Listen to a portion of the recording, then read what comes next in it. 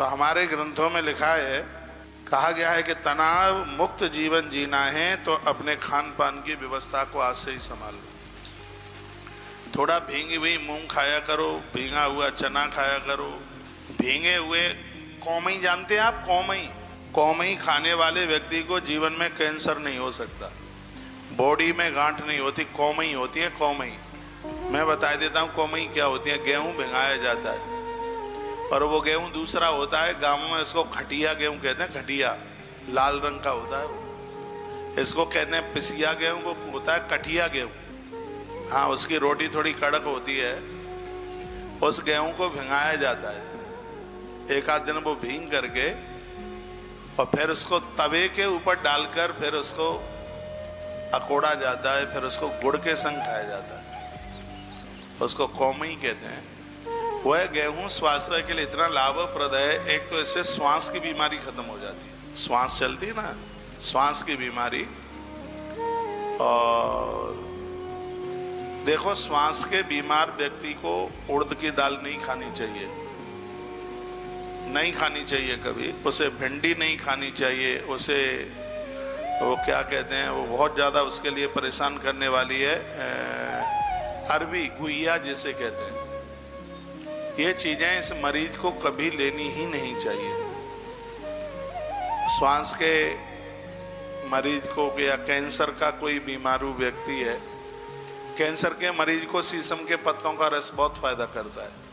घिया का रस शीशम के पत्तों के रस में मिला करके और कांच की गिलास में भर करके लिया जावे तो शरीर में, बॉडी में कहीं भी गांठ हो उसको ये गला देगा बिल्कुल। इतना बड़ा उपचार है।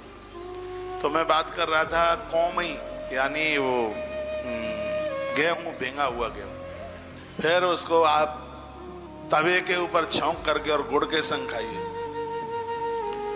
यह स्वास्थ्य के लिए बहुत ज्यादा लाभदायक है। भिगोई हुई मूंग है, चना है, यह स्वास्थ्य के लिए बहुत ज्यादा फायदा है। मक्का की रोटी, जौ की रोटी, एक आती है जौंडरी, आप जानते हो, उसको ज्वार भी बोलते हैं। यदि किसी को डायबिटीज है तो उसके उपचार के लिए जौंडरी सफेद रंग की आती है, छोटे छोटे बीज होते हैं, वरदान है स्वास्थ्य के लिए। स्वास्थ्य को इतना ठीक कर देती है, इतना बढ़िया कर देती है। तो आज धर्म यात्रा कार्यक्रम में मैं कुछ बोलने के लिए बैठा था, वो ये है कि आप अपना खान पान को तंदुरुस्त कीजिए। ये संकल्प लीजिए कि मांस, मदिरा, तंबाकू जैसे तामसी पदार्थों का हम सेवन तो बहुत स्पर्श भी नहीं करेंगे। आप देखिए आपके स्वास्थ्य में कितना बदलाव आता है, आप कितने स्वस्थ होते हैं, आपको कितना बढ़िया आनंद आएगा जिंदगी जीने में।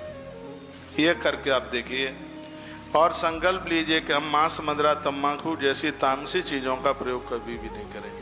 ईश्वर ने इतनी बड़ी कृपा की है तब यह मनुष्य शरीर मिला है।